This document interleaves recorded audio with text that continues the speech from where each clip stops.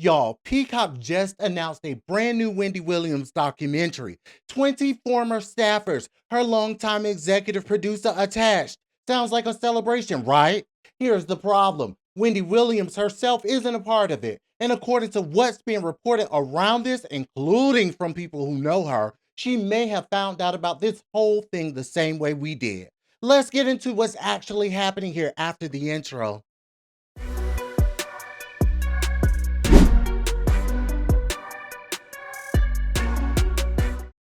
On Monday, August 24th, Peacock officially greenlit a three-part documentary with the working title Clap If You Care, The Wendy Williams Show. It's set to air in 2027. The official logline says it celebrates the outrageous fun, cultural impact, and meteoric rise of her talk show, but also promises to shed light on, quote, the complicated truths about the cost of fame, and to finally answer long lingering questions about her exit from her own show. Over 20 former staffers were attached to share their and are attached, to share their behind the scenes experiences. And the executive producer driving this whole thing is none other than Suzanne Bass. Now, she ran the Wendy Williams show for 13 seasons as EP. Here's the part that should stop you. Wendy Williams is not involved in this project, not as a participant, not as an interview subject. This is being made about her without her. And I want to be fair here for a second. Suzanne Bass spent over a decade with Wendy. From everything I've seen of her over the years, she comes across as somebody who genuinely respects Wendy, who wouldn't intentionally set out to tarnish her name and any further than it's already been tarnished by everything she's been through. Now, I don't think this is somebody trying to hurt Wendy. That's just my opinion. But that does not negate from the fact that it does not make me feel uncomfortable either. Because if Wendy's not a part of telling her own story, somebody else is deciding yet again how that story gets told for her. And this isn't just me raising an eyebrow.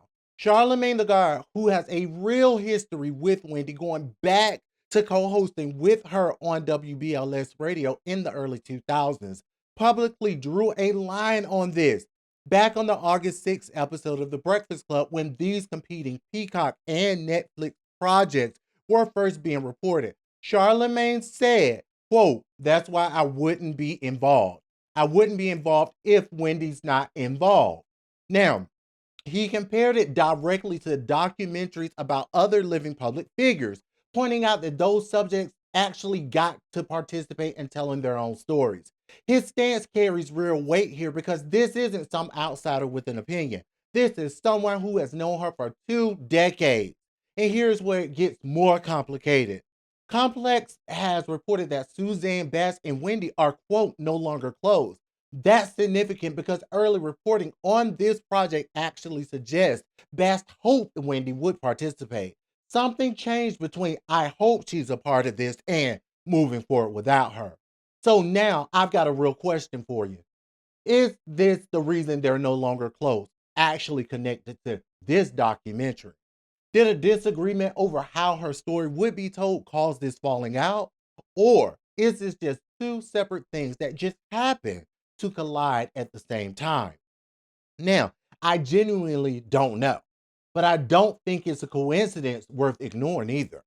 I watch The Breakfast Club every single morning as I do, and it was live, so I can tell you directly what was said. Lauren LaRosa has been tracking this story closely as she has been with other stories.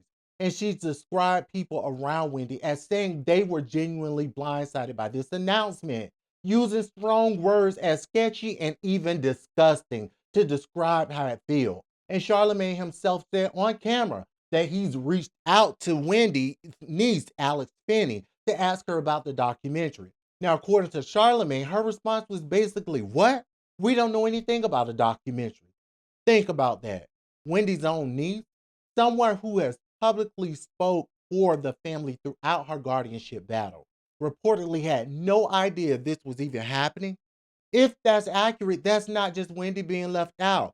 That's her entire family being left out of a project that's using her name and her legacy. Here's something that adds real weight to all of this.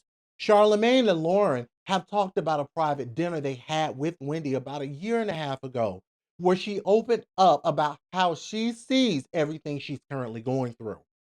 Now, according to Lauren, Wendy said, quote, she feels like everything she's going through right now is God getting her back for all of the things she has said, about people. Think about that for a second. This is a woman who spent her entire career built on saying things about other people's business. And in her own words, she sees her current situation, the guardianship, the health struggles, and now apparently a documentary being made about her without her as some kind of cosmic payback for that. That's not me saying it. That's reportedly her own reflection on her own life right now. But respectfully, I'll have to disagree. There's just some evil people in this world. So here's my honest opinion on this whole situation. I don't think Suzanne Bass is some villain trying to profit off Wendy's downfall. Everything about her history with the show suggests genuine respect. But good intentions don't automatically make this okay. If this really is a money grab, riding the continued interest in Wendy's story without her actual involvement, that's worth calling out regardless of who's behind it. And if this is actually the reason she and Wendy are no longer close, that's genuinely sad to me. These two were together celebrating Wendy's birthday not that long ago from what's been reported in the picture. There you see it. Something shifted between then and now. And I think Wendy deserves to have her own voice in a story that's specifically about her and her exit from her own show. Now, I want you to actually see something before I finish this, though, okay? Because just days ago, before this documentary was even announced, August 19th, Wendy was out in New York and a photographer asked her directly what she wanted her fans to know about what she's going through. Watch this. Hey, Wendy. Hey, Wendy. What do you wish people knew about what you're going through? I want out. Well, good luck. 3 words. That's it. That's where her head is at right now. Days before a network greenlights a documentary about her life that she has no say in, I can't seem to get one thing out of my mind. The God getting her back quote. Because whatever you think about Wendy's past commentary on other people, watching someone recognize that in real time while pleading, I want out of a guardianship that she didn't even ask for, and a new project about her own life moves forward without her input, that's heavy.